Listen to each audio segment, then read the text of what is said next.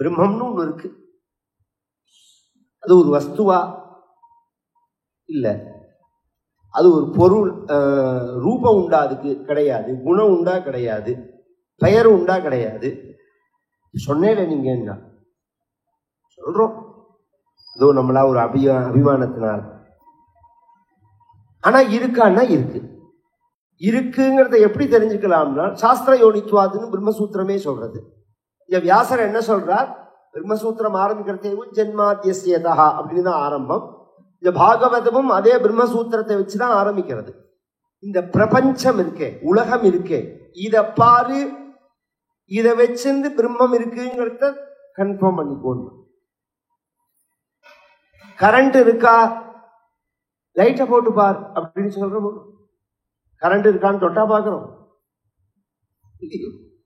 Current இருக்கா அப்படின்னா எப்படி தெரிஞ்சுக்கிறது? லைட்டை போட்டு பார் அப்படின்னு சொல்றோம், ஃபேனை போட்டு பார் அப்படின்னு சொல்றோம். அது மாதிரி பிரம்மம் இருக்குங்கிறத நாம் எப்படி தெரிஞ்சுக்கலாம்? பிரபஞ்சத்தை பார்த்து தெரிஞ்சுக்கலாம். அஸ்யேய ஜென்மாதி அஸ்யேயதா அன்வயாதி இதரதச்ச. அன்வய வியாப்தி வத்திரேக வியாப்தின்னு ரெண்டு. பிரம்மத்திலேருந்து இந்த பிரபஞ்சம் உண்டான கிரமத்தை சொல்றதுக்கு அன்வய வியாப்தின்னு பேரு. இந்த பூதங்கள்லாம் போய் பிரம்மத்துல ஒடுங்குவதற்கு வத்திரேக வியாப்தின்னு பேரு. ஆத்மா ஆத்மன ஆகாச சம்பூதா ஆகாஷாத் வாயு வாயோரக்னி அக்னேராபஹ அத்ய பிருத்திவி பிருத்திவ்யா ஓஷதயः ஓஷதீப்யோன்னம் அன்னாத் புருஷः அப்படின்னு அன்வயம்னு பேரு. இது பரமாத்மா, அவர்கிட்டேருந்து பிரகிருதி, பிரகிருதியிலேருந்து மகத்து, மகத்திலேருந்து அகங்காரம், அகங்காரத்திலேருந்து மனசு, அதிலேருந்து பஞ்சபூதங்கள், ஆகாசம், ஆகாசத்திலேருந்து காற்று, காற்றிலேருந்து நெருப்பு, நெருப்பிலேருந்து நீர், நீர்லேருந்து நிலம், நிலத்திலேருந்து ஓஷதிகள், ஓஷதிகள்லேருந்து உயிரினங்கள். இது உண்டான வரிசை. திரும்பி என்ன ஆகும்? இந்த உயிரினங்கள் முழுக்க பூமியில மக்கி போயிடும். தொடர்ந்தாப்புல ஒரு வருஷம் மழை பெஞ்சா என்ன ஆகும் சொல்லுங்களேன். வெள்ளம் வந்தது மட்டும் இல்ல, நாம என்ன ஆகும்? அப்படியே வெள்ளத்துல போயிடுவோம். வெள்ளத்துல எல்லா உயிரினங்களும் வெள்ள அப்படிதான் ஆகும். கடைசியில பிரளயம்ங்கிறது அதுதான். அந்த மாதிரி ஆயிடும். பூமிக்குள்ள போயிடும். பூமி என்ன ஆகும்? ஜலத்துக்குள்ள கரைஞ்சு போயிடும். இந்த வெள்ளம் வந்தோடனே இந்த வெள்ளத்துல கரைஞ்சு போயிடும். அப்புறம் என்ன ஆகும்? பிரளயாக்னின்னு இது ஹீட் ஆகி அந்த அந்த வாட்டரா இருந்து எவாபரேட் ஆயிடும். எவாபரேட் ஆனா என்ன ஆகும்? வாயுவா கேஸா ஆயிடும். கேஸ் என்ன ஆகும்? ஆகாசத்துக்கு போயிடும். ஆகாசம் ஆத்மாவுக்கு போயிடும். முடிஞ்சு போச்சு. இப்படி வத்திரேகம்னு பேரு. இதுக்கு தடஸ்த லட்சணம்னு பேரு சாஸ்திரத்துல. இன்னொரு வகை, இந்த பிரம்மத்திலேருந்து இந்த பிரபஞ்சம் உண்டாச்சு அப்படிங்கிறத வேதம் சொல்றது, பாகவத புராணமும் சொல்றது.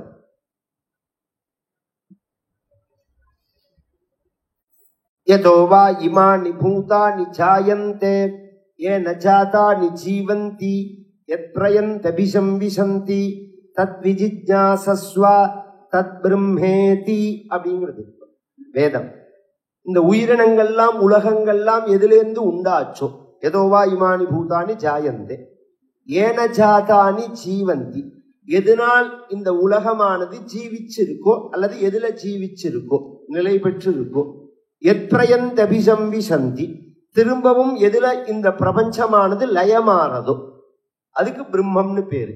அப்படின்னா பிரம்மம்னு ஒரு வஸ்து, தங்கம்னு ஒரு வஸ்து, அதுல இருந்து மோதிரம் வந்தது, அதுல இருந்து வளையல் வந்தது, அதுல இருந்து சங்கிலி வந்தது அப்படின்னா கன்ஃபியூஷனே கிடையாது. இது தங்கமா பித்தளையா வெள்ளியா காப்பரா, இந்த குழப்பமே நமக்கு வராது. இங்க அப்படி சொல்லல. எதிலேந்து இந்த உலகம் உண்டாச்சோ, எதுல இந்த உலகமானது நிலை பெற்று இருக்கோ, எதுல இந்த உலகமானது லயமாறதோ அதுக்கு பிரம்மம்னு பேருன்னா அது கோல்டு இல்ல காப்பர்னு நான் சொல்றேன். இன்னொருத்தர் சொல்றார் அது கோல்டு காப்பரும் இல்ல சில்வருங்கிறார். இன்னொருத்தர் சொல்றார் சில்வரும் இல்ல அது அயன்கிறார். இது மாதிரி சாஸ்திரங்கள்லாம் என்ன பண்றது? அணுன்னு ஒரு வஸ்து, அதுல இருந்து தான் இந்த உலகம் உண்டாச்சு அப்படின்னு சொல்ற சாஸ்திரத்துக்கு தர்க்க சாஸ்திரம்னு பேரு. சப்தம்னு ஒண்ணு, அதுல இருந்து தான் இந்த உலகம் உண்டாச்சு அப்படிங்கிறதுக்கு வியாக்கரணம்னு பேரு. காலம்னு ஒண்ணு, அதுல இருந்து தான் இந்த உலகம் உண்டாச்சு அப்படிங்கிறதுக்கு ஜோதிஷம்னு பேரு. கர்மான்னு ஒண்ணு, அதுல இருந்து தான் இந்த உலகம் உண்டாச்சு அப்படிங்கிறதுக்கு மீமாம்சேன்னு பேரு. பிரகிருத்தின்னு ஒண்ணு, அதுல இருந்து தான் இந்த உலகம் உண்டாச்சு அப்படிங்கிறதுக்கு சாங்கியம்னு பேரு. எது உண்மை? நியாயசாஸ்திரமா, வியாக்கரண சாஸ்திரமா, ஜோதிஷ சாஸ்திரமா, மீமாம்சா சாஸ்திரமா, இல்ல சாங்கியவாதிகள் சொல்ற பிரகிருதி? எது உண்மை? இது எதுவுமே இல்லை. இதை தாண்டி வேதாந்த சாஸ்திரம் தான் உண்மை, பிரம்மங்கிறதுல இருந்து தான் வந்தது அப்படின்னு சொல்றார். எப்படி நிரூபிக்கிறாள் அப்படின்னா, இந்த பிரகிருதிக்காரால் இருக்கா பாருங்க, சாங்கியம்ங்கிற சாஸ்திரம் இருக்கு, இதுதான் இருக்கிறதுல பெருசு. இப்ப சொன்னேனே 4: நியாயம், மீமாம்ச, ஜோதிஷம், வியாக்கரணம். இதை காட்டிலும் பெருசு எதுன்னா பிரகிருதி தான். இந்த பிரகிருதி காரணம் இல்லை, இந்த பிரபஞ்சத்துக்கு பிரகிருதி காரண வஸ்து இல்லை அப்படிங்கிறத நிரூபிச்சுட்டாலே மற்றதெல்லாம் காரணம் இல்லைன்னு ஆயிடும். ஏன்னா இந்த பிரகிருதிக்குள்ள காலம் அடக்கம், கர்மா அடக்கம், இது அணு அடக்கம், சப்தம் அடக்கம். பிரதானமல்ல நிபர்கண நியாயம்னு பேரு.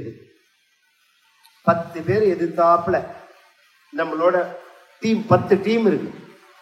10 டீமோடையும் நாம விளையாடி ஜெயிக்கணுங்கிறது அர்த்தம் இல்லை. அந்த 10 டீம்ல எது டாப்பா இருக்கோ அதோட ஜெயிச்சாலே பாக்கி எல்லாரையும் நாம இப்ப இந்த கிரிக்கெட்லாம் அப்படிதானே நடக்கிறது. அது மாதிரி சாஸ்திரத்திலையும் எப்படின்னா, இந்த பிரகிருதிங்கிற சாஸ்திரம் பிரகிருதி காரணம் இல்லை அப்படிங்கறத நிரூபிச்சிடலாம். பிரகிருதி சாஸ்திரம் என்ன சொல்றது? இந்த சிருஷ்டிக்கு காரணம் பிரகிருத்தினா இயற்கைன்னு, பிரம்மம்னு சொல்றோம் நாங்க. கொஞ்சம் புரியுற மாதிரி சொல்றோம். இப்படி ஒரு மண்டபம், பிராமண சமூகம் இருக்கு. அழகா நம்ம பிராமண சமூகத்துல உபன்யாசம் பண்றோம். இந்த கன்ஸ்ட்ரக்ஷன்லாம் ஒருத்தர் பண்ணி தானே வந்திருக்கு. கன்ஸ்ட்ரக்ஷன்லாம் பண்ணாம எப்படி வர முடியும் அப்படின்னு நாம சொல்றோம். அப்ப கன்ஸ்ட்ரக்ஷன் பண்ணவா ஒருத்தர் இருக்கா? இல்ல இல்ல, இது இயற்கையாவே வந்ததுங்கிறது பிரகிருதி. எப்படி அப்படின்னு கேட்டா, ஒரு மாமரம் இருக்கு, ஒரு தென்னை மரம் இருக்கு. அந்த தென்னை மரத்துல கிளைகள் இருக்கு, இலைகள் இருக்கு, பூக்கள் இருக்கு, காய்கள் இருக்கு, பழங்கள் இருக்கு. இத கன்ஸ்ட்ரக்ஷன் பண்ற மாதிரி யாராவது ஒருத்தர் ஒன்னோட ஒண்ணு வச்சு அதை கிரியேட் பண்றோமா என்ன? அப்படி பண்ணலையே. அது இயற்கையாவே தானே வருது. அது மாதிரி இந்த பிரபஞ்சமும் இயற்கையா வருது அப்படிங்கிறது. நாங்க அப்படி சொல்லல. இதுக்கு ஆதாரமா பிரம்மம் இருக்குன்னு சொல்றோம். எப்படி அப்படின்னா, இதோ இப்ப டோர் இருக்கு. இந்த டோர் வுட் டோர். இது என்ன வுட்டு? ஏதோ ஒரு வுட்டுன்னு வச்சுக்கோங்களேன், ஒரு மரம். இது டோரா ஆரத்துக்கு முன்னாடி மரமா இருக்கும் போது அதுல கிளைகள் இருந்தது, இலைகள் இருந்தது, காய்கள் இருந்தது, பூக்கள் இருந்தது, பழங்கள் இருந்தது. இந்த கதவா வந்ததுக்கு அப்புறம் அதுலயே இலைகள் இல்லை, காய்கள் இல்லை, பூக்கள் இல்லை, பழம் இல்லை. இயற்கையா வரணும்னா வரலாமே. ஏன் தண்ணி கிண்ணி பட்டா அதுல துளிர்த்து ஏன் வரல? அப்ப மரமா இருக்கிறத அது உள்ள எண்ணெய் இருந்தது. இப்ப கதவா இருக்கிறத அதுல எண்ணெய் இல்லை, சத்து இல்லை. அந்த சத்தை தான் நாங்க பரமாத்மான்னு சொல்றோம். அந்த சத்து போயிடுத்துங்கிறது தான் நம்ம மருவி தமிழ்ல செத்து போயிடுத்துன்னு சொல்றது. அதுக்கு பேரு சத்து போயிடுத்துன்னு அர்த்தம். அந்த தத் சத்யமித்யா சக்ஷதே தத் சதிதி நிர்தேசா அப்படின்னு சொல்றோமோ. அந்த பரமாத்மா இந்த உலகத்தை எப்படி படைக்கணுங்கிற அறிவை பிரம்மாவுக்கு கொடுத்தார். அதுக்குதான் வேதம்னு பேரு.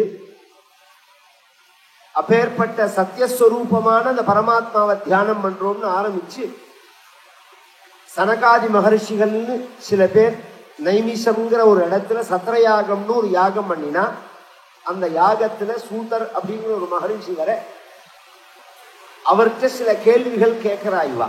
எல்லா புராணமுமே சூதர் சௌனகாதி மகர்ஷிகளுக்கு நைமிஷாரண்யத்துல சொல்லப்பட்டதுதான். ஷட் பிரஷ்னா முனிவிக்கிருதாகனு 6 கேள்விகள் கேட்கிறார்கள்.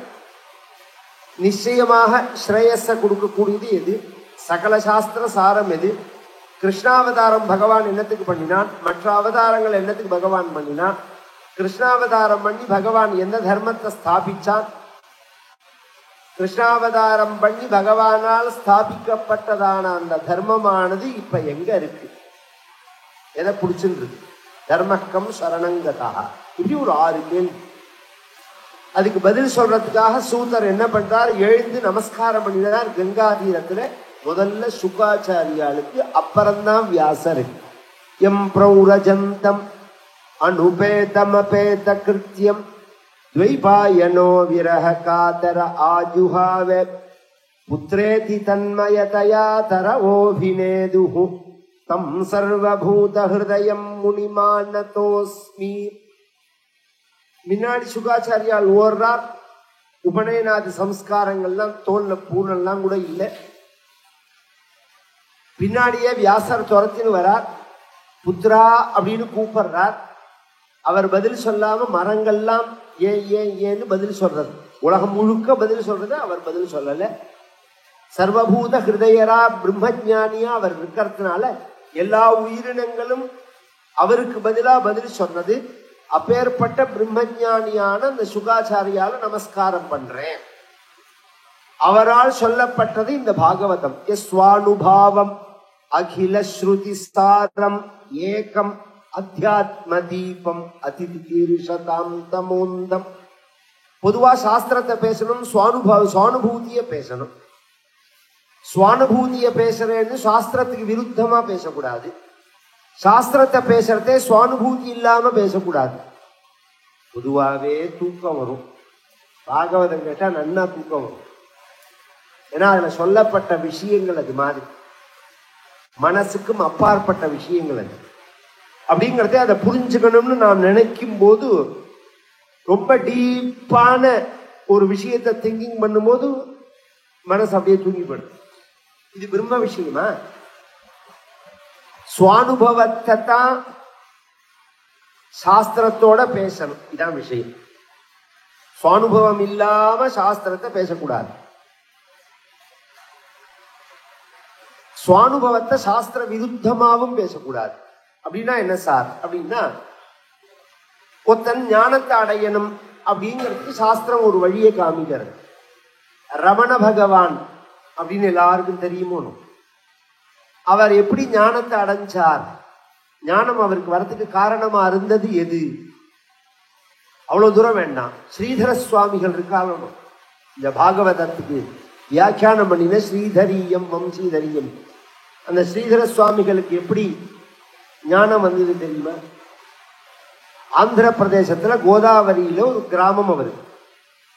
கல்யாணமாகி 2 குழந்தைகள் அவருக்கு பிறந்தது. ஒரு கை குழந்தை, ஒரு பெரிய குழந்தை. இவருக்கு ஒரு 25-26 வயசு இருக்கும். அவர் சம்சாரத்துக்கு ஒரு 20 வயசு இருக்கும். சம்சாரம் காலமாயிட்டார். காலமான இந்த குழந்தைகளை வச்சுன்னு அவர் கஷ்டப்படுறார். குழந்தைகளை வளர்க்கிறது. ஒரு நாளைக்கு வீட்டு வாசல்ல வரத்தே பார்த்தா ஒரு மரம், அந்த மரத்துல ஒரு குருவி கூடு கட்டியிருக்கு. அந்த கூட்டுல 2-3 குஞ்சுகள் இருக்கு. அதோட தாய் பறவை இருக்கு பாருங்க, அது கீழே விழுந்து இறந்துருக்கு. அந்த குஞ்சுகள் என்ன பண்றதுன்னா கத்துறது, கிரீச்சு கிரீச்சுன்னு கத்துறது. அப்ப வெளியிலேருந்து சில பறவைகள் வந்து அதுக்கு ஆகாரம் கொடுக்கறது. இதை கவனிச்சார் அவர். சொந்த தாய் இறந்து கீழே கிடக்கு, வேற யாரோ ரட்சிக்கிறார். இந்த குஞ்சுகளை ரட்சிக்கிற யார் ரட்சிக்கிறா? பகவான் ரட்சிக்கிறார். அந்த பகவான் நம் குழந்தைகளையும் ரட்சிப்பான் அப்படின்னு சொல்லிட்டு இவர் கிளம்பி காசிக்கு போயிட்டார். காசிக்கு போய் சன்னியாசம் வாங்கிட்டு பாகவத சாஸ்திரத்துக்கு வியாக்கியானம் பண்ணியிருக்கார். பகவத்கீதைக்கு வியாக்கியானம் பண்ணியிருக்கார்.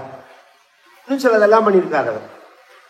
அது மாதிரி நமக்கு அனுபவம் அவருக்கு எப்படி வந்தது? இந்த குருவியும் குஞ்சையும் பார்த்த உடனே வந்தது. வீட்டுல ஞானம் வரணும்னா இது மாதிரி குருவியும் குஞ்சியும் பாருங்க ஞானம் வந்துரும்னு சொன்னா வந்துருமா எல்லாருக்கும்? ஸ்ரீதர சுவாமிகளுக்கு வந்தது. அது மாதிரி உங்களுக்கும் வரணும்னா குருவியும் குஞ்சியும் பாருங்க வரும். இது மாதிரிதான் இன்னைக்கு ஹைடெக் சுவாமிஜியோட ஸ்பீச் எல்லாம். அது அவருக்கு வந்தது, நமக்கு அப்படி கிடையாது. நமக்கு இந்த பாதையில தான் போகணும்னா இந்த பாதையில தான் போகணும். நமக்கு எது பந்தா சாஸ்திரம் சொல்றதோ அந்த பாதையில தான் போகணும். தஸ்மாத் சாஸ்திரம் பிரமாணந்தே காரியா காரியம் வியவஸ்திதம். இதை செய்யலாம் இதை செய்யக்கூடாதுங்கிறதுக்கு பிரமாணம் எதுன்னா சாஸ்திரம் தான். அந்த சாஸ்திரத்தோட சொல்லணும், அனுபவத்தோட சொல்லணும். அனுபவம்னா என்ன? சாஸ்திரம்ங்கிறது என்ன? கல் கண்டு திதிக்கும் அல்லது பால் பாயசம் திதிக்கும். இப்ப நான் சொல்றேன், இது சாஸ்திரம். நீங்க ஒரு நோட் ஒரு பேனா வச்சுண்டு அந்த நோட்ல பால் பாயசம் திதிக்கும், பால் பாயசம் திதிக்கும், பால் பாயசம் திதிக்கும் அப்படின்னு 100 டைம்ஸ் எழுதினா திதிப்பு என்னன்னு உங்களுக்கு தெரியுமா? 100 தடவை எழுதினாலும் திதிப்பு என்னன்னு தெரியாது. அப்ப திதிப்பு என்னன்னு எப்படி தெரிஞ்சுக்கலாம்? பால் பாயசத்தை எடுத்து வாயில விட்டுண்டாதான் தெரியும். அப்ப சாஸ்திர ஞானம் வேறையா இருக்கு, சமயக் ஞானம்.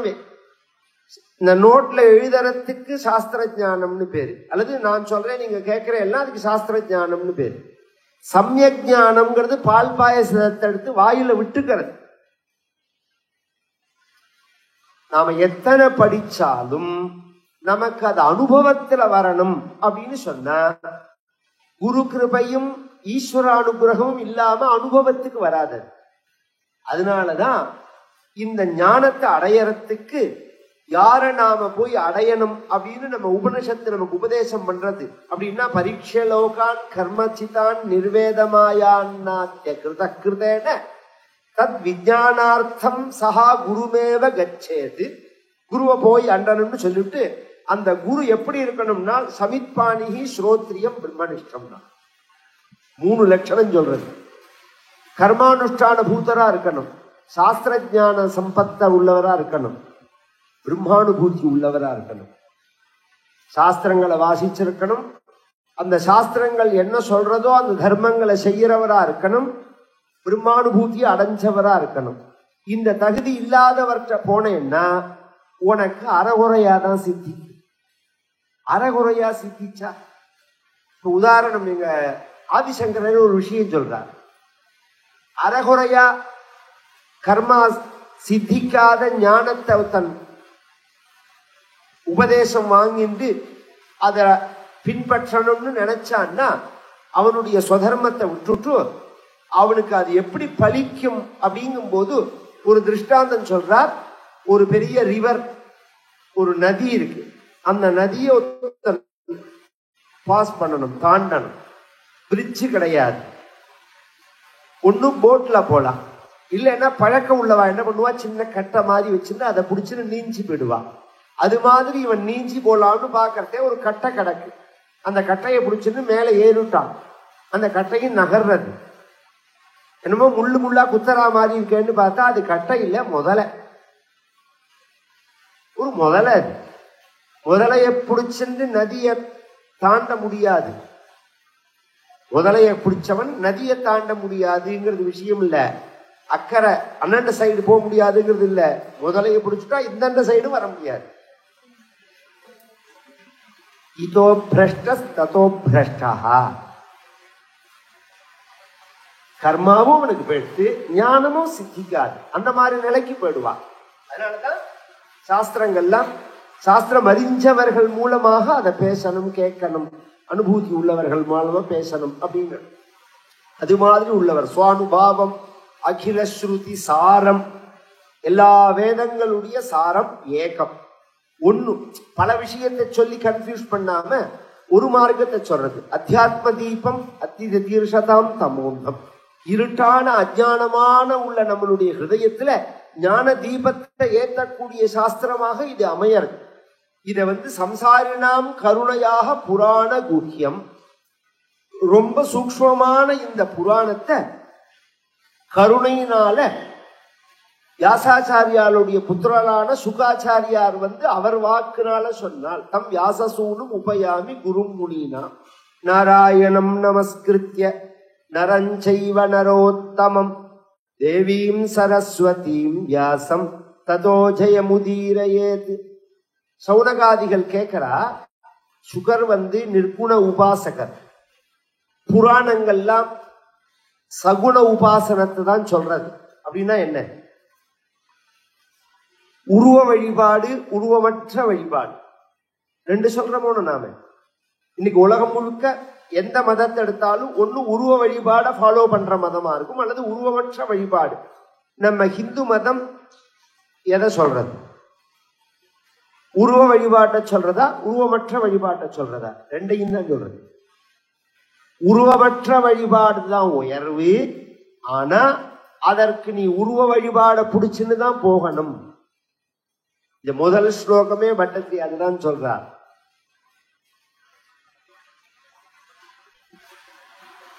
நிகமசத சஹஸ்ரேண நிர்பாஸ்யமானம் அஸ்பஷ்டம் திருஷ்ட மாத்திரே புனருரு புருஷார்த்தாத்மகம் பிரம்மதத்துவம் தத்தாவத் பாதி சாட்சாத் குருபவனபுரே ஹந்தபாக்கியம் ஜனானாம். 1100 சொச்ச உபனிஷத்துக்களால எந்த நிர்குண பிரம்மத்தை பிரதிபாதனம் பண்ணப்படுகிறதோ, எந்த ரூபமற்றதான பரம்பொருளை பத்தி பேசப்படுகிறதோ, அதே பரம்பொருள் உருவத்தோட குருவாயூர்ல பிரகாசிக்கிறது அப்படிங்கிறார். அப்ப உருவ வழிபாட பிடிச்சிருந்தா உருவமற்ற வழிபாட்டுக்கு போகணும். இவர் உருவமற்ற வழிபாட்டுக்கு போனவர் திருப்பி உருவ வழிபாடை பத்தி பேசுவானே. ஐஏஎஸ் படிக்கிறவன் எல்கேஜில சிலபஸ் எடுத்து பாப்பானா திருப்பி?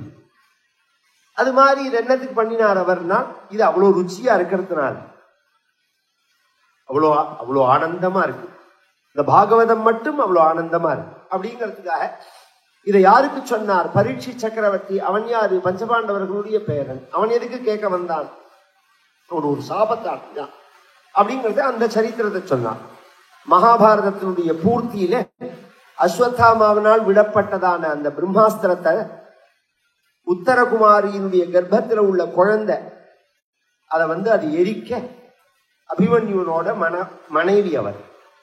அந்த குழந்தை மட்டும்தான் பஞ்சபாண்டவர்கள் அந்த வம்சத்துக்கு மிச்சம். அவள் பகவான சரணாகதி பண்றாள். யுத்தங்கள்லாம் முடிஞ்சு 18 நாள் ஆயிடுத்து. அதுக்கப்புறமும் அவன் சண்டையை மிச்சம் வைக்கல. அவன் அஸ்திரத்தை விட்ட உடனே அது தன்னை பாதிச்சதுன்னு உடனே பகவான சரணாகதி பண்றாள்.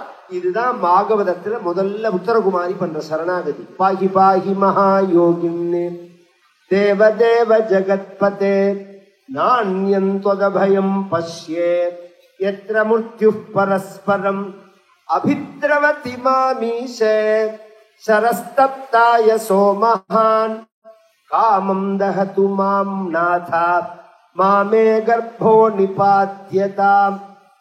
தேவதேவா ஜகத்பதே, உன்னை தாண்டி தொது அபயம் பஷ்யே ந அந்யத். உன்னை தாண்டி இன்னொரு அபயம் பண்றவா கிடையாது. எத்தனை கோடி பேர் இருந்தாலும் மிருத்யுட்டேந்து யார் காப்பாற்ற முடியும்? யார் யாரை பார்த்து பயப்படாதேன்னு சொல்ல முடியும்? யாருக்கும் பயம் இல்லை. எல்லாருக்கும் தான் பயம் இருக்கு. எல்லாருக்கும் தான் மிருத்யு இருக்கு. எவனுக்கு பயம் இல்லையோ, எவனுக்கு மிருத்யு இல்லையோ, அவன் தான் அபயப்பிரதானம் பண்ண முடியும். உன்னை சரணமடையறே, நீ தான் என்னை ரட்சிக்கணும் அப்படின்னு ஒண்ணு பகவான் அங்குஷ்ட மாத்திர பிரமாணத்துல, கட்டவரல் பிரமாணத்துல கர்ப்பத்துக்குள்ள போய் அஸ்திரதேஜஸ்வ கதையா தன்னுடைய கதையினால அதை அணைச்சு கர்ப்பத்திலேயே அந்த குழந்தை கண்ணை திறந்து தன்னை காப்பாத்தின அந்த பகவானை பார்க்கறதுனால பரி ஐக்ஷதா, நன்கு பார்த்தா, அதனால பரீட்சத்து அப்படின்னு பேரவனு. வெளியில வந்த பகவான குந்தி ஸ்தோத்திரம் பண்றார்.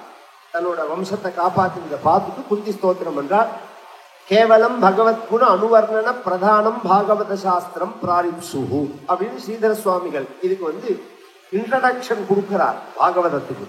அததத்ர பகவான் ஸ்ரீ வேதவியாசா நானாபுராண சாஸ்திர பிரபந்தைஹி சித்த பிரசம பலமமானஹ தத்ர தத்ர அபரிதுஷ்யன்னு ஸ்ரீ நாரதோபதேசதா கேவலம் பகவத்குண அனுவர்ணன பிரதானம் பாகவத சாஸ்திரம் பிராரிப்சுஹு தத் பிரத்யூக நிவர்த்தியாதி சித்தையே தத் பிரதிபாத்திய தேவதானுஸ்மரண ரூபம் ஜென்மாத்யஸ்யேதி அப்படின்னு ஜென்மாத்யஸ்யாங்கிற ஸ்லோகத்துக்கு இன்ட்ரோடக்ஷன் கொடுக்கும் போது இந்த வேதவியாசருக்கு நாரதர் சொன்னபடி இந்த பாகவதம்ங்கிற புராணம் அமையறது.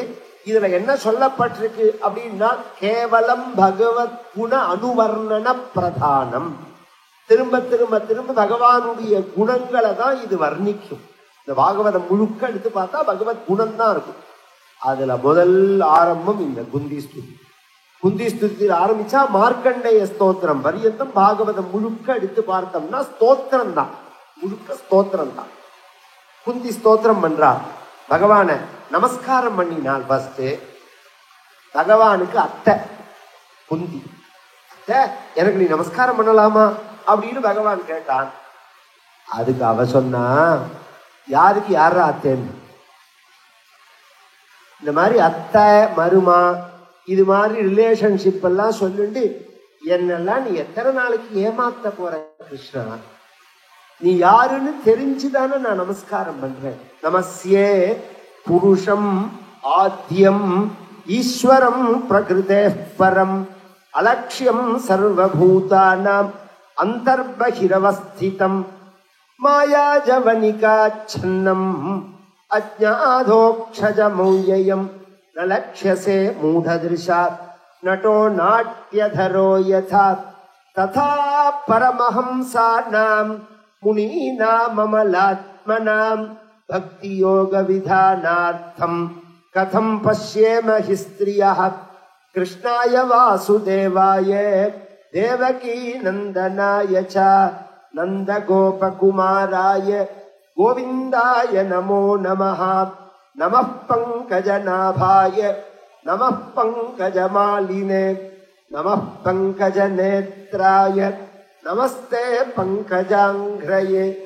யதா ஹ்ருஷீகேஷ கலேன தேவகீ கம்சேன ருத்தாதி சிரம் சுசார்ப்பிதா விமோசிதா ஹஞ்ச சஹாத்மஜா விபோ त्वयैव नाथेन मुहुर्विपद्गणाति विषान्महाग्नेः पुरुषाददर्शनाति असत्सभायावनवासकृच्छ्रतः मृधे मृधेनेकमहारथास्त्रतः द्रौण्यस्त्रतश्चास्महरेभिरक्षिताः विपदः सन्तु नः शश्वति तत्र तत्र जगद्गुरो भवतो दर्शनं यस्याति अपुनर्भव दर्शनं जन्मैश्वर्य श्रुतश्रीभिः येधमानमतः पुमानि नैवार्हत्यभिधातुं वै त्वामकिञ्चन गोचरम्. அபூர்வமான ஸ்தோத்திரம். இதெல்லாம் சொன்னாலே ஸ்ரேயஸ். சில பேர் நினைக்கலாம், சொல்லலாம், பேசினாதான புரியும், ஸ்லோகம் சொன்னா என்ன புரியும்? ஒரு 5 நிமிஷம் 10 நிமிஷம், இப்ப நான் ஒரு 5 நிமிஷம் சொன்னேன், இதுல என்ன சார் பிரயோஜனம்?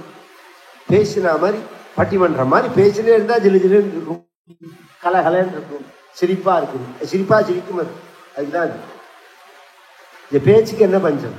இது அத்தனையும் சப்தம், மந்திரம். இது புரியறதா புரியலையா அப்படிங்கிறது அடுத்த ஸ்டேஜ். இந்த சப்தத்தை சொன்னாலோ அந்த சப்தம் காதுல விழுந்தாலோ அதுக்கு ஒரு எஃபெக்ட் உண்டு. இதுக்கெல்லாம் ஸ்தோத்திரம்னு பேரு. எல்லா ஸ்தோத்திரமும் பாராயணம் பண்றோம், நமக்கு மீனிங் தெரிஞ்சா பாராயணம் பண்றோம். பின்னாடியே சொல்ல போறது. எத்தனையோ மாத்திரைகளை சாப்பிட்றோம், எல்லாம் தெரிஞ்சா மாத்திரை சாப்பிட்றோம். உங்களுக்கு கெமிக்கல் வைஸ் அது என்ன காம்பினேஷன், என்ன பவர், அது உள்ள போய் என்ன ரியாக்ஷன் பண்ணும், இதெல்லாம் உங்களுக்கு ஏதாவது தெரியுமா? டாக்டர் எழுதி கொடுக்கிறார், வியாதிக்கு நாம வாங்கி சாப்பிட்றோம், வியாதி சரியா போறது. தெரிஞ்சு சாப்பிட்டா விஷயம் வேற, தெரியாம சாப்பிட்டதுக்காக அதுக்கு எஃபெக்ட் இல்லைன்னு கிடையாது. அது மாதிரி இது இந்த சப்தங்கள்லாம் சாஸ்திரவத்தான மந்திர சப்தங்கள்லாம்.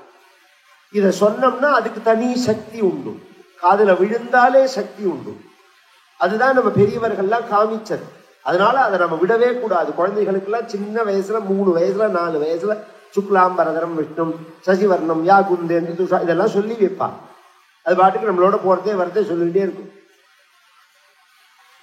சௌக்கியமா அவங்க வாழ்க்கை க்ஷேமமா இருக்கும். 25 வயசுக்கு மேல என்ன கத்துக்கணும்னு நான் எல்லாம் நினைச்சுட்டு இருக்கேன் சார், ஷஷ்டி பூர்த்திக்கு அப்புறம் நான் வந்து பகவத்கீதா கிளாஸ் போறேன், நாராயணியம் கிளாஸ் போறேன், நான் வந்து பாகவத கிளாஸ் போறேன், எல்லாம் கரெக்டு தான். ஷஷ்டி பூர்த்திக்கு அப்புறம் ஷஷ்டி பூர்த்தி ஆகணுமே. யம தர்மராஜன் என்ன மச்சிரனா ஷட்டகனா நம்மள ஆக விடணுமே.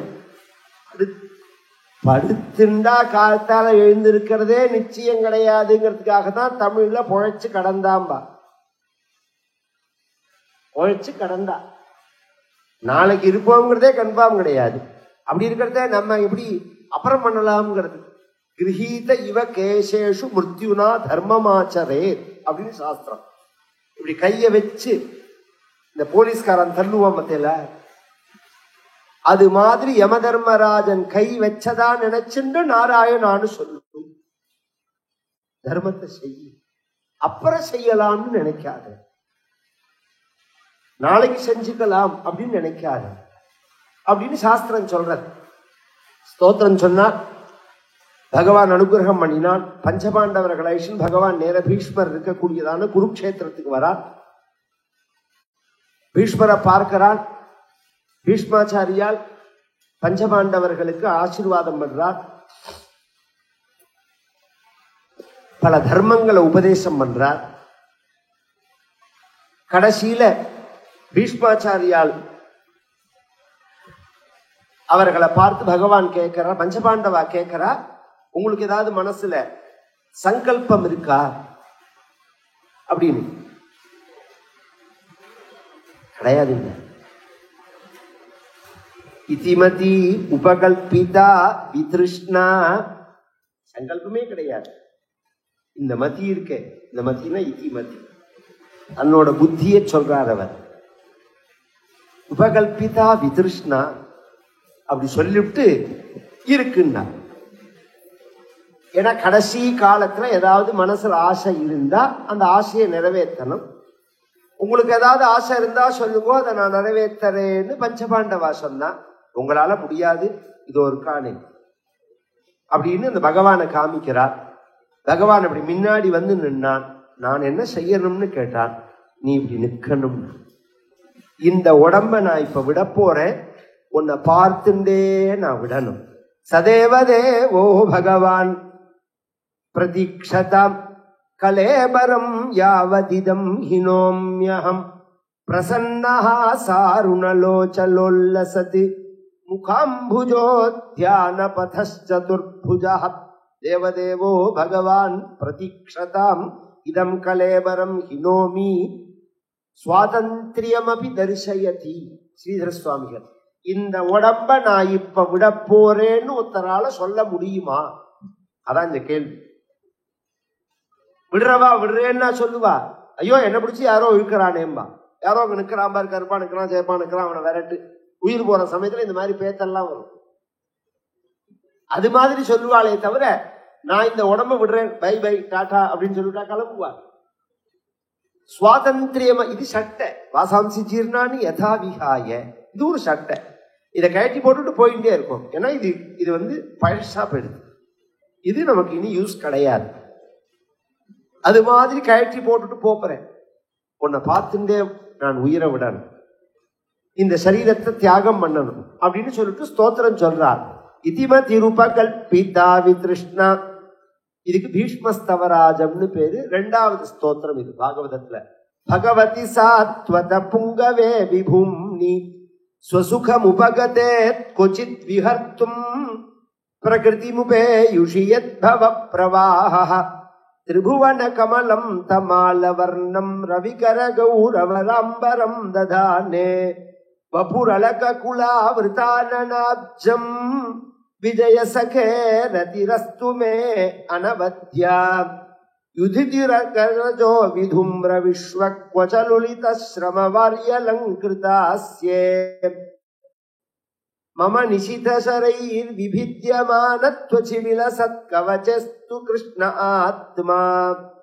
பகவானை குறித்து ஸ்தோத்திரம் பண்ணி, கிருஷ்ண ஏவம் பகவதி மனோவாக் திருஷ்டி கோச்சரஹா ஆத்மன் ஆத்மானமாவேசிய சோந்த சுவாச உபாரமது அப்படின்னு யோகத்தினால சரீரத்தை விட்டார். மூலாதாரம், சுவாதிஷ்டானம், மணிபூரகம், அநாகதம், விசுத்தி, ஆஜ்ஞ, சகசிராரம் முதலிய சக்கரங்களை பேதிச்சுண்டு மேல போறது. இதுக்கு யோகத்தினால சரீர தியாகம்னு பேரு. பகவான் பார்த்துட்டே இருக்கார். பீஷ்மாச்சாரியால் முக்தி அடைஞ்சால் அவருக்கு பண்ண வேண்டிய கர்மாக்களை பண்ணி பகவான் பஞ்சபாண்டவர்களுக்கு பட்டாபிஷேகம் தன் கையால பண்ணி வச்சான். பாஞ்சஜன்யாபிஷேகஸ்து ராஜா அமிர்த முகோபவத்தின்னு. அப்புறம் 3 அஸ்வமேதம் பண்ணினார் தர்மபுத்திரர். பகவான் கூட இருந்தான். அப்புறம் பகவான் சொல்லின்னு துவாரகைக்கு கிளம்புறார். கிளம்பும் போது அர்ஜுனன் நானும் வரேன்னா கொண்டு விட்டுட்டு வா அப்படின்னு சொல்ல போனவர்கள் 6-7 மாசம் வரவே இல்லை அர்ஜுனன். அதற்குள்ள இந்த குழந்தை பிறந்தது. இவனுக்கு விஷ்ணுராதன்னு பெயர். ஒரிஜினல் பெயர் விஷ்ணுராதன். பரீட்சித்துங்கிறது பிரசித்தம் ஆயிடுதே தவிர இவனுக்கு விஷ்ணுராதன் அப்படின்னு பெயர். அந்த குழந்தை ஜாதகத்தெல்லாம் குறிச்சு ரொம்ப க்ஷேமமா இருப்பாங்கிறதெல்லாம் சொல்லி இது மாதிரி 32 வயசுல பிராமண சாபத்தை அடைஞ்சு பாகவத சப்தாக சிரவணம் பண்ணி அவன் மோட்சத்தை அடைவாங்கிறதெல்லாம் சொல்லிவிட்டான். விப்ராகா ஜாதக கோவிதான்னு. அர்ஜுனன் திரும்பி வந்தான். முகம் வாட்டமா இருந்தது. தர்மபுத்திரர் கேட்டார் என்ன ஆச்சுன்னு. பகவான் வைகுண்டம் போயிட்டான். உத்தவனுக்கு உபதேசம் பண்ணும் போது அர்ஜுனனும் கூட இருக்கான். பாகவதத்துலதான் விசேஷம் இருக்கு. அர்ஜுனனையும் உத்தவனுக்கு தான் நேர் உபதேசம். பகவான் 2 பேருக்கு உபதேசம் பண்ணியிருக்கார். ஒண்ணு அர்ஜுனனுக்கு பகவத்கீதை, இன்னொன்னு உத்தவனுக்கு உத்தவ கீதைன்னு பேரு. இது பின்னாடி ஏகாதசத்துல வரும். அப்ப கூட இருந்திருக்கார். முடிச்சுட்டு பகவான் பிரபாச தீர்த்தம்னு சொல்ற அந்த சோமநாத்துக்கு அந்தர்தானம் ஆயிட்டான். வர வழியில என்னோட பலம் முழுக்க என்கிட்ட இல்லாததான் நான் உணர்ந்தேன். என் கையில உள்ள வில்லு அம்பெல்லாம் ஒரு மாடு மேய்க்கிறவன் புடுங்கி விட்டான். அவனை எதுக்கிறதுக்கு கூட எனக்கு சக்தி இல்லை. அப்ப இத்தனை நாளா நான் பலசாலியா பெருமையா கம்பீரமா இருந்ததுக்கு ஆதாரமா இருந்த பகவான் இல்லைங்கிறதே நாம இனி இருக்க கூடாதுங்க அப்படின்னு சொல்லி அந்த ராஜ்யத்தை பொறுப்பானவர்கள்ட்ட ஒப்படைச்சிட்டு இவர்கள்லாம் கிளம்பி சொர்க்காரோகணம்னு போயிட்டார்கள். பஞ்சபாண்டவர்கள்லாம் மகாபிரஸ்தானம்னு போயிட்டார்கள். இந்த பரீட்சித்துக்கிற குழந்தை வளர்ந்து 16 வயசு ஆன உடனே அவனுக்கு இராவதின்னு ஒரு பெண்ணை கல்யாணம் பண்ணி வச்சு பட்டாபிஷேகமும் பண்ணி வச்சு அவனுக்கு 4 மகன்கள் பிறக்கிறான். ஒரு 32 வயசு பரியந்தம் அவன் ராஜ்ய பரிபாலனம் பண்ணினான். ஒரு நாளைக்கு அவன் ஒரு இடத்துல ஒரு காட்சியை பார்த்தான். குதிரையில வரத்தே ஒரு பசுமாடு ஒரு காளமாடு பேசின்னு இருக்கிறதே ஒரு கருப்பான புருஷன் ராஜவேஷத்துல கையில கத்திய வச்சுட்டு அந்த காளமாட்டினுடைய 4 கால் லெக் இருக்கு பாருங்க, அதுல 3 காலை வெட்டிட்டான். மிச்சம் ஒரு கால் தான் மிச்சம் இருக்கு. அந்த மாட்டையும் வெட்ட போறான். அப்ப பரீட்சித்து தடுக்கிறான். தடுத்துட்டு இந்த பசுமாட்டை காளமாட்டை கேட்கறான், இவன் ஏற்கனவே வெட்டினவன் இவன் தானா? ஏற்கனவே வெட்டினதை பரீட்சித்து பார்க்கல, விசாரிக்காம தண்டனை கொடுக்க கூடாது. இவன் காளமாட்டை கேட்டான்ங்கிறதுல இருந்து காளமாடு பேசுங்கிறது இவனுக்கு தெரியும். காளமாடு யாரு, பசுமாடு யாரு, இந்த கருப்பான மனிதன் யாருன்னா காளமாடு தர்ம தேவதை, பசுமாடு பூமி தேவதை, கருப்பானவன் கலிபுருஷன். காளமாடு சொன்னது உன்னோட கஷ்டத்துக்கு இவன் காரணமானு நீ கேட்கற. இவன் காலை வெட்டினானா உன்னை கஷ்டப்படுத்தினானா நீ கேட்கற. கஷ்டத்துக்கு சில பேர் கர்மா காரணம்ங்கிறா, சில பேர் காலம் காரணம் அப்படிங்கிறா, சில பேர் அவன் காரணம் இவன் காரணம்னு மனுஷியால சொல்றா, இன்னும் சில பேர் இயற்கை காரணம்ங்கிறா, சில பேர் தெய்வம் காரணம்ங்கிறா. ஒருத்தரோட கஷ்டத்துக்கு எது காரணம் அப்படின்னு கேட்டா இத்தனை இருக்கு. நீ எதை வேணாலும் எடுத்துக்கோன்னா, நேரடியாக அந்த அவன் காலை வெட்டினான்னு அது சொல்லல, ஆனா அவன் தான் வெட்டினான். அப்ப அவனை கூப்பிட்டு கேட்டான், நான் கலி புருஷன், நீயே வெட்டினேன்னா தர்மம் கலியுகத்துல இருக்காது. கலியில தர்மம் இல்லாம பண்றதுதான் கலியோட வேலை. கலி தர்மம் எந்த ஆதாரத்துல நிக்கிறது? கால்ல தானே நாம நிக்கிறோம். அது மாதிரி தர்மம் எதுல நிக்கிறதுன்னா 4 கால், சத்தியம் தானம் தபஸ் சௌச்சம் அப்படின்னு. சத்தியம்னு ஒரு கால், தானம்னு ஒரு கால், தபஸ்ன்னு ஒரு கால், சௌச்சம்னு ஒரு கால். இந்த 4 கால்ல தானம் தபஸ் சௌச்சம்ங்கிறத கலிபுருஷன் வெட்டிட்டான். மிச்சம் சத்தியம்ங்கிற ஒரு கால்ல தான் அது நிக்கிறது அப்படின்னு சொன்னா கலியுகத்துல தானம் இருக்காது, தபஸ் இருக்காது, சௌச்சம் இருக்காதுன்னு அர்த்தம் இல்லையே. எத்தனையோ பேர் தானம் பண்றாளே. என்ன தானம் பண்ற? ஒரு டியூப் லைட் வாங்கி கோவில்ல போட்டுவிட்டு அது முழுக்க வாவண்ணா சூவண்ணா வேணா வேணான்னு எழுதி விடுறான், பேரை எழுதி விடுறான். பெருமைக்கு புகழுக்காக பண்றான், அல்லது இன்கம் டாக்ஸ்க்கு பயந்து பண்றான். கவர்மெண்ட்டே இப்ப சொல்றதும் கம்பெனில 2% சோசியல் ஒர்க்குக்காக கொடுக்கணும்னு அந்த ரீதியில பண்றான். ஆத்மார்த்தமா பகவத் பிரீத்தியா பண்றவா எத்தனை பேர்? திருக்கோவிலூர் எல்லாருக்கும் தெரியுமா? அந்த திருக்கோவிலூர்ல ஒரு ஜீயர் இருக்கா. இது அண்ணா நானும் அண்ணாவும் மட்டும் உட்கார்ந்து அண்ணா என்கிட்ட சொன்ன விஷயம், அபூர்வமான விஷயம். அந்த ஜீயர் வடகுடியில அந்த ஜீயர் காலமாயிட்டா, காலமாக போறா. அப்படிங்கிறது என்ன ஆஸ்பத்திரிக்கு கழிச்சுன்னு போறேன்னா போகாதீங்க, என்னை பரனூர் கழிச்சுன்னு போங்க, எனக்கு அண்ணாவை பார்க்கணும் அப்படின்னாரு அந்த ஜீயர். அண்ணாவை பார்க்கணும்னு அவர் சொன்னார்னு கேள்விப்பட்ட உடனே அண்ணா கிளம்பி வந்துட்டா. அவரை பார்த்தார், என்ன விஷயம்னு. ஒரு நாள் ஆசை, இந்த திருக்கோவில் உள்ள இந்த கோபுரத்தை கட்டணும்னு. எனக்கு நான் அதை நிறைவேற்றாம நான் போறேன்,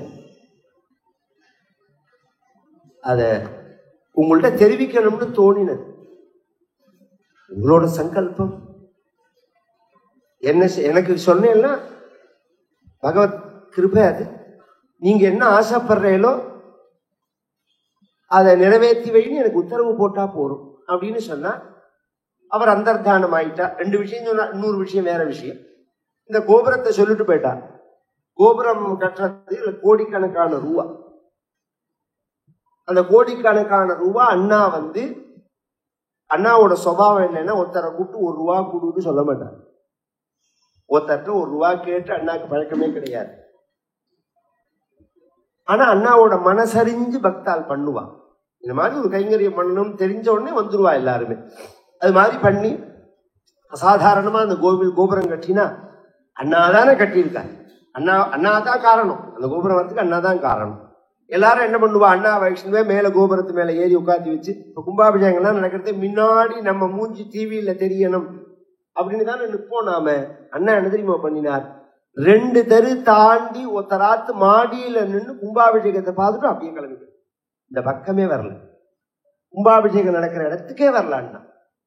அந்த தானத்தை, அந்த தர்மத்தை தான் செஞ்சோங்கிற எண்ணம் இல்லாம, நமக்காக செஞ்சோங்கிற எண்ணம் இல்லாம, ஈஸ்வர பிரீதியா செய்யணுங்கிற எண்ணத்தோட செய்யறவா எத்தனை பேர்? அதுதான் இந்த கேள்வி. தானம் பண்ண மாட்டான்னு அர்த்தம் இல்ல, தான் செஞ்சோங்கிற எண்ணத்தோட செய்வா, அல்லது தனக்காக அந்த பலனை உத்தேசிச்சு செய்வா. தானம் தபஸ். தபான தப்பியதே இது தபா. சரீரத்தை சுத்திப்படுத்திக்கிறதுக்கு தபஸ்ன்னு பேர். சத்தியத்தினால சுத்திப்படுத்திக்கலாம், மௌனத்தினால சுத்திப்படுத்திக்கலாம், ஸ்நானத்தினால சுத்திப்படுத்திக்கலாம், பூஜையினால சுத்திப்படுத்திக்கலாம், எல்லாத்துக்கும் மேல பட்னி கடக்கிறதுனால உபவாசத்தினால சுத்திப்படுத்திக்கலாம். தப்போ நானசனாத் பரம்னு நாரதிய புராணம் சொல்றது. எல்லாரும் அப்படி இருப்போமா? இருக்கமா? எத்தனை பேரால பட்னி கடக்க முடியறது? எத்தனை பேரால பேசாம இருக்க முடியறது? எத்தனை பேரால சத்தியம் பேச முடியறது? எத்தனை பேர் நதிகளை பார்த்தா ஸ்நானம் பண்றாங்க? புண்ணிய நதிகள்ல எத்தனை பேர் ஸ்நானம் பண்றாங்க? எத்தனையோ விஷயம், அதெல்லாம் எதுவுமே பண்ண முடியாது. இந்த முனிசிபாலிட்டி இருக்கு பாருங்க, அதுல ஜலம் விடுறான் பாருங்க, அதுல ப்ளீச்சிங் கலந்துதான் அனுப்புவான். அந்த ஜலம் நல்ல ஒசத்தி ஜலம் மாதிரி நமக்கு தோணும். கங்கையை பார்த்தா சாக்கடைன்னு சொல்லுவான், இது அழுக்கு ஜலம் அப்படின்னு சொல்லுவான். உண்மையில அதுதான் அழுக்கு ஜலம், இதுதான் பவித்திரமான ஜலம் அப்படிங்கிறது. நேரா கலியுகத்துல எது சத்தியமோ, எது தர்மமோ, எது புண்ணியமோ எல்லாம் நேர்மாறா தோணும். அது ஜாக்கிரதையா இருக்கணும். பெரியவா என்ன பண்ணாலும் அதை ஃபாலோ பண்ணணும்னு வச்சுக்கணும். அப்படி வச்சுருந்தாதான் குழப்பம் இல்லாம இருக்கும். அதே சமயம் சாக்கடையில விழணும்னு நான் சொல்லல, மனசுலையும் வாங்கிக்கணும். சில இடங்கள்ல சுத்தி இல்லாம இருக்கும், சுத்தி உள்ள இடத்துல. இப்ப ஸ்ரீரங்கம் இருக்கு பாருங்க, அதுல அம்மா மண்டப படித்துறைன்னு இருக்கு. அதுல போய் குளிக்கவே முடியாது, கால வச்சா எலும்புதான் இருக்கும். எல்லாரும் கொண்டு அஸ்தியை கரைக்கிறான். அதுக்காக காவேரியே நான் குளிக்க மாட்டேன்னு சொல்ல முடியுமா? அதை தாண்டி 1 கிலோமீட்டர் போனோம்னா ஐயனார்படித்துறைன்னு இருக்கு. அங்க போய் குளிச்சா ஆனந்தமா குளிக்கலாம், சுத்தமா இருக்கும் ஜலம். இப்படி தேடி குளிக்கணுமே தவிர நான் உடனே காவேரியிலேயே குளிக்க மாட்டேன்னு சொல்றதா? இதெல்லாம் ஒரு விஷயம் மனசுல வாங்கிட்டு செய்யறது. சத்தியம், தானம், தபஸ்,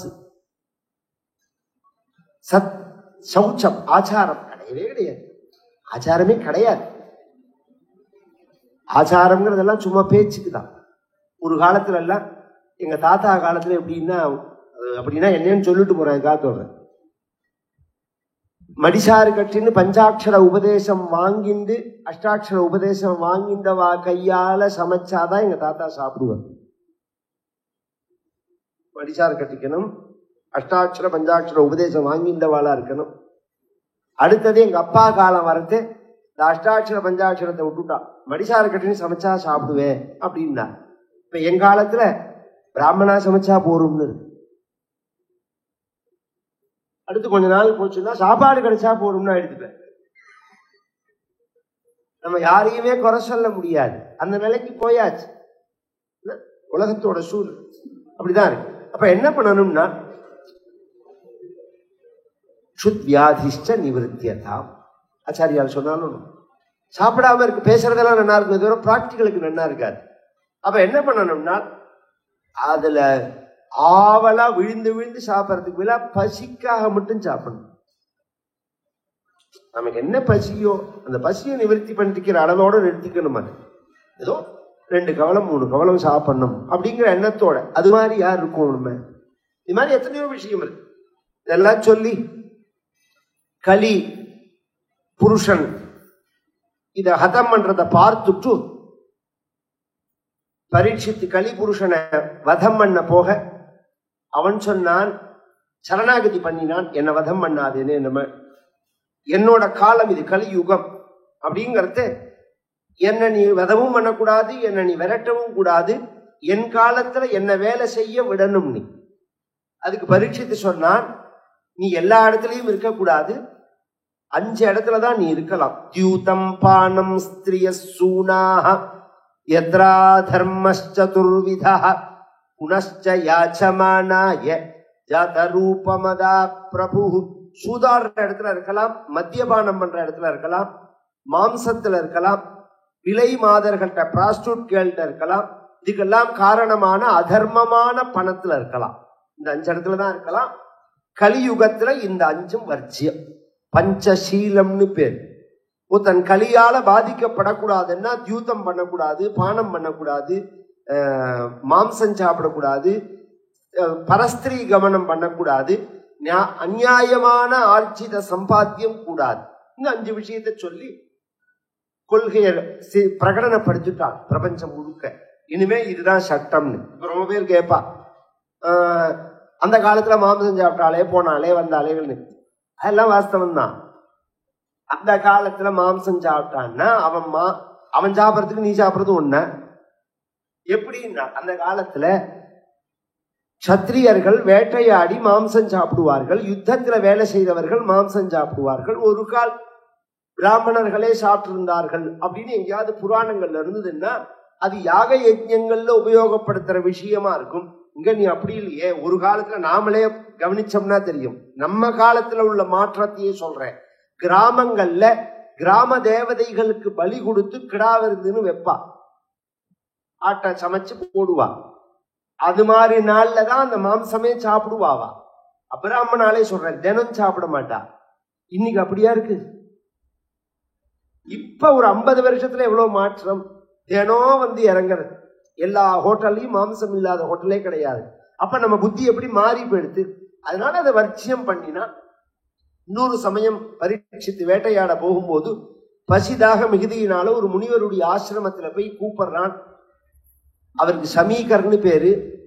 அவர் ஸ்தானத்ரயாத் பரம்பிராப்தம் பிரம்மபூதம் வியவஸ்திதம். 3 நிலையை கடந்து 4வது நிலையில இருக்கா.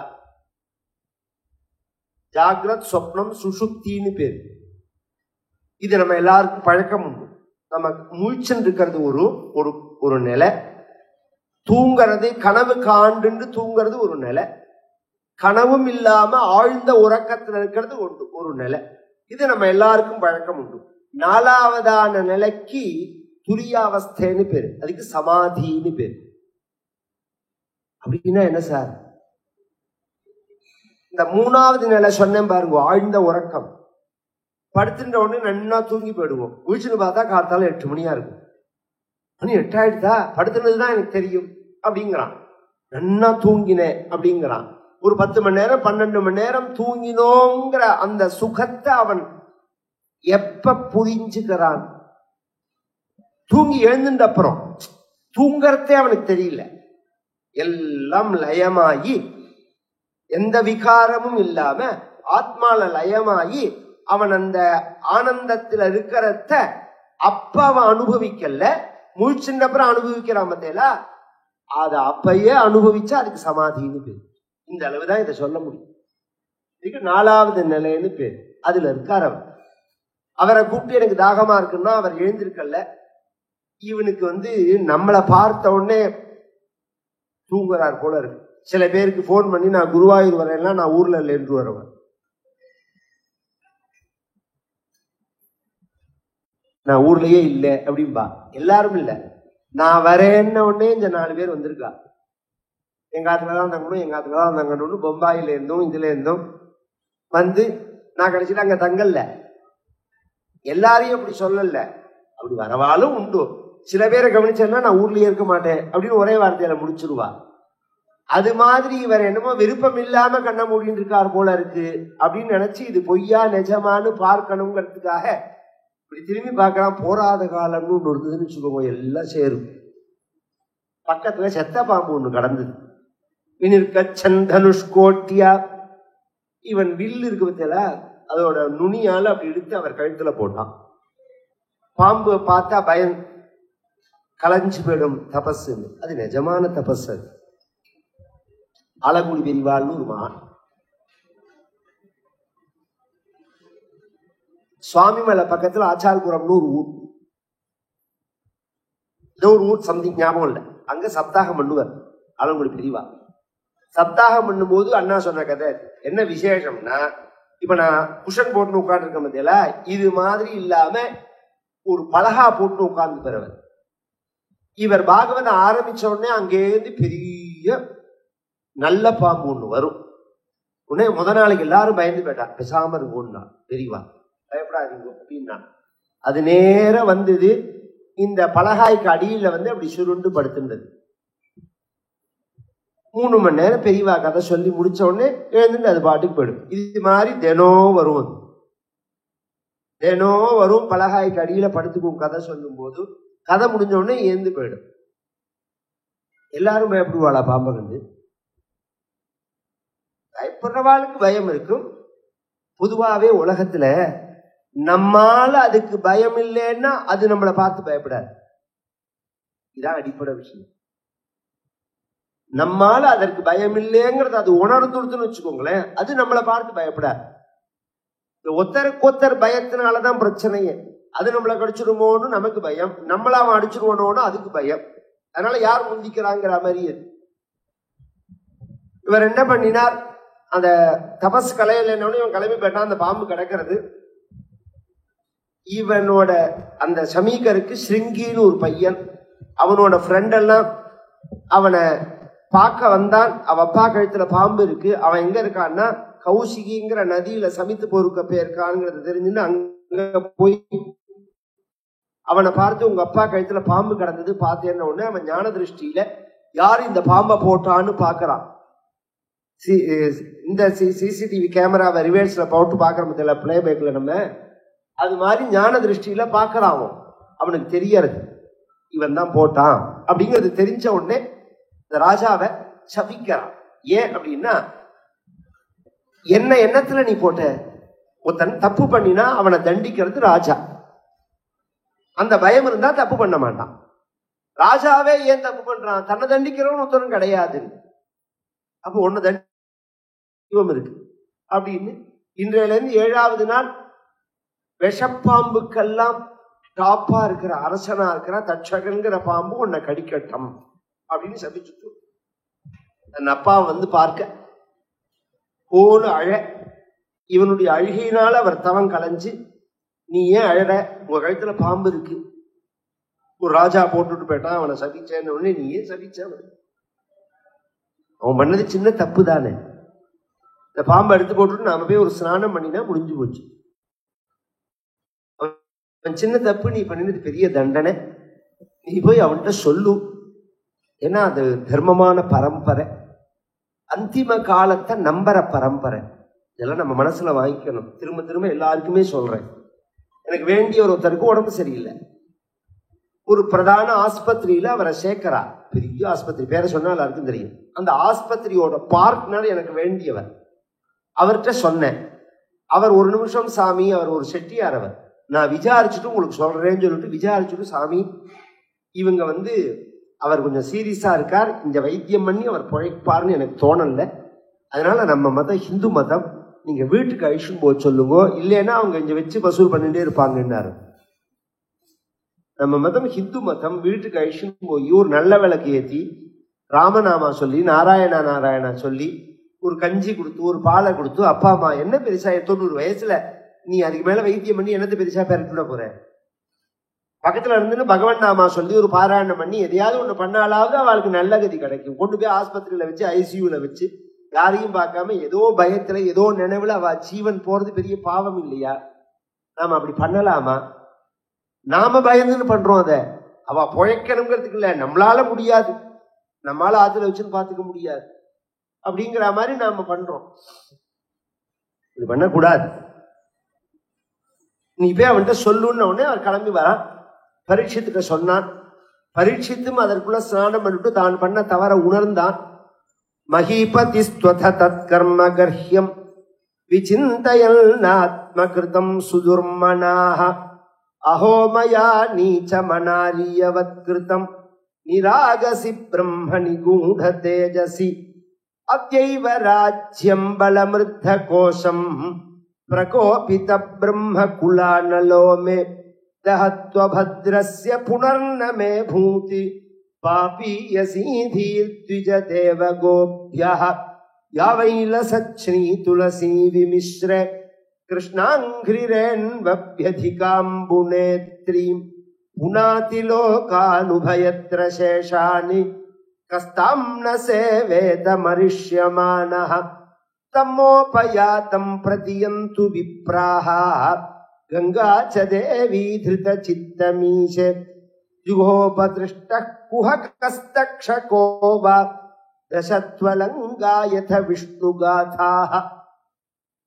சொன்ன உடனே இவன் அவரை நமஸ்காரம் பண்ணி, நான் பெரிய தப்பு பண்ணேன், நான் சின்ன தண்டனை கொடுத்தேன், என்னை மட்டும் தண்டிச்சேன், என் தேசத்தை ரட்சிச்சேன், நான் பண்ண தவறுதலுக்கு இந்த தண்டனை எனக்கு அவசியம், என்னோட வாழ்க்கை மற்றவர்களுக்கு ஒரு பாடமா இருக்கும் அப்படின்னு சொல்லிவிட்டு ராஜ அலங்காரத்தெல்லாம் கலைஞ்சிட்டு ஒரு பவித்திரத்தை போட்டுன்னு வீட்டை விட்டு கிளம்பி நேர கங்கை கரைக்கு வரு. கங்கா தீரம் வர அங்க மகான்கள்லாம் வரிசையா வந்திருக்கா. கங்காதீரத்துல இவன் வர போறான்னு தெரிஞ்சு வந்துட்டா. அவள்லாம் முன்னாடியே இவன் வரப்போனா சுகாச்சாரியால் பாகவதம் சொல்ல போறாள்னு தெரிஞ்சே வந்திருக்காள். வந்திருக்காள்னா யாரெல்லாம் வந்திருக்காள்னா, அதோ 4 பேர் 5 பேர் வயசானவா ஆத்துல பொழுது போகாம கதை கேட்க வந்தாங்கிற மாதிரி கிடையாது. அத்ரிஹி வசிஷ்டா சவணஹா சரத்வானி அரிஷ்டனே மிர்பிருகுரங்கிராஷ்ச பராசரோ காதி சுதோத ராமஹ உதத். எங்க பாகவதம் நடந்தாலும் இவா வந்துருவா. அதனால இவாளுக்கெல்லாம் ஆவாகனம் மண்டலம் போட்டு அவளெல்லாம் ஆவாகனம் பண்ணிட்டு தான் நம்ம பாகவதம் ஆரம்பிக்கணும். பராசரோ காதி சுதோத ராமஹ உதத்ய இந்திர பிரமதேத்மவாஹு மேதாதிதிர் தேவல ஆர்ஷ்ணிஷேனஹ பாரத்வாஜோ கௌதமः பிப்பலாதஹ. மகர்ஷிகள் வர அவர்களெல்லாம் நமஸ்காரம் பண்ண, சுகாச்சாரியால் வர அவர் சரணத்துல நமஸ்காரம் பண்ண. 7 நாள் கால அவகாசம் நான் உயிர் வாழறதுக்கு இருக்கு. நான் பாம்பு கடிச்சு உயிர் பழைக்கணும்னு நான் விரும்பல, மரணம் இல்லாத நிலைக்கு நான் விரும்பல. நான் என்னத்தை விரும்புறேன்னா ஜென்மா இல்லாத நிலையை விரும்புறேன். இப்ப நான் உயிரை விட்டுட்டு திரும்பி ஒரு ஜென்மாவை எடுக்க கூடாது. நான் அப்படி ஜென்மா எடுக்காம இருக்கணும்னா என்ன பண்ணணும்னு கேட்டு அதான் அவன் கேட்ட கேள்வி.